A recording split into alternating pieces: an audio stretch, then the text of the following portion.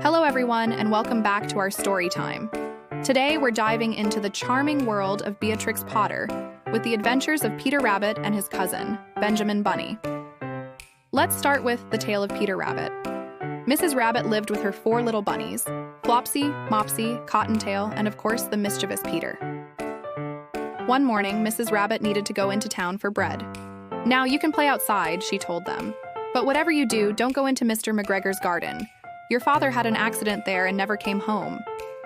Flopsy, Mopsy, and Cottontail, being good little bunnies, went to pick blackberries.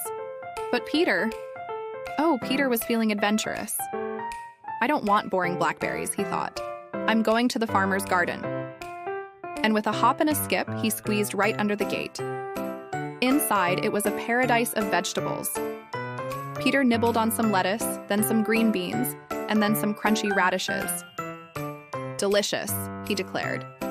But just as he was hopping around a corner, he saw him, the farmer, Mr. McGregor. And Mr. McGregor saw Peter. "A rabbit!"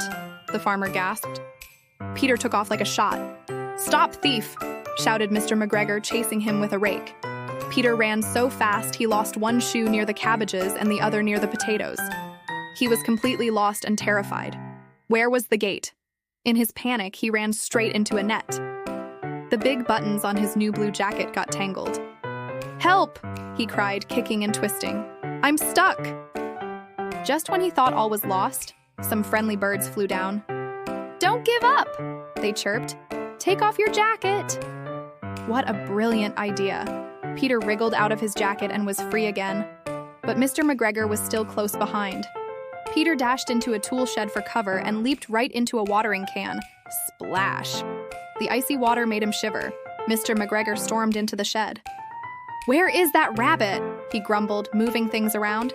The farmer's footsteps got closer and closer. Peter held his breath. But then, a tickle started in his nose.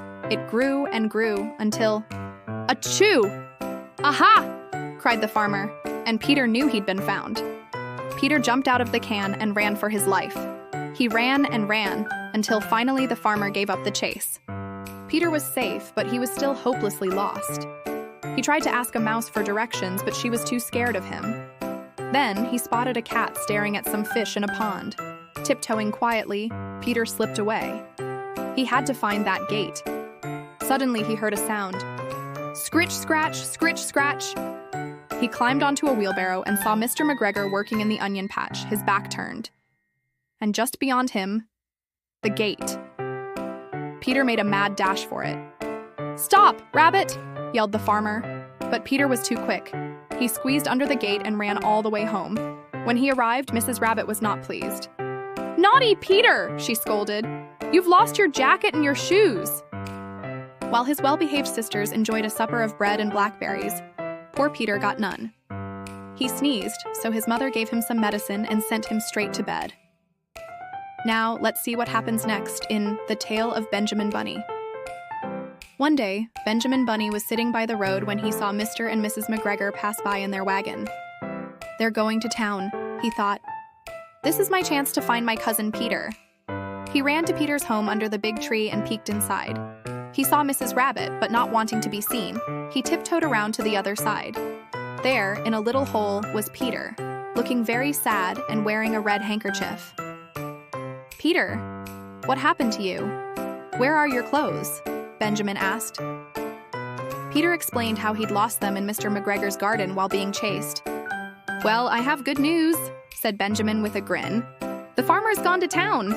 We can go and get your clothes back." So, off they went. When they reached the garden wall, Peter gasped.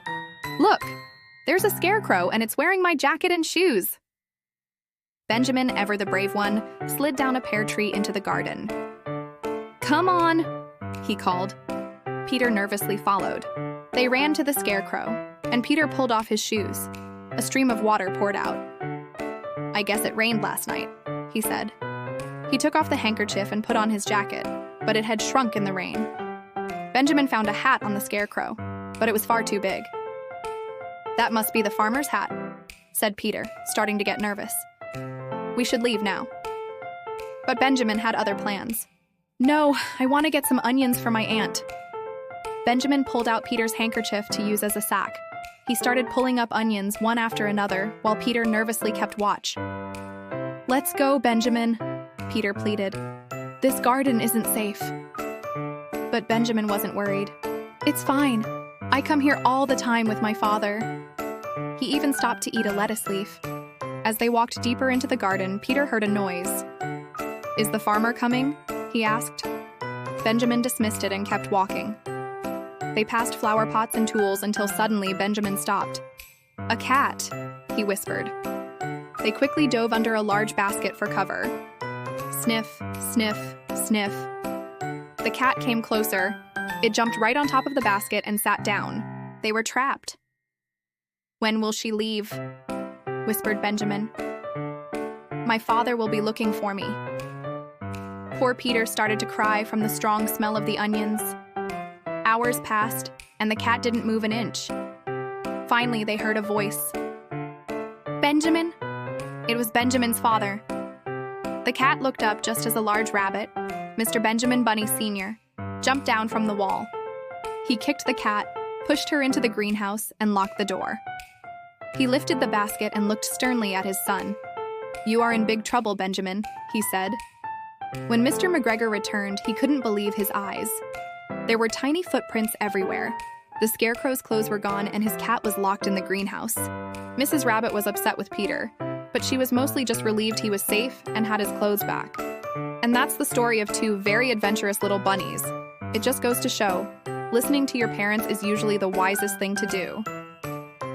Thanks for joining me today. If you enjoyed our story, don't forget to like, subscribe, and hit that notification bell so you don't miss our next adventure. See you soon.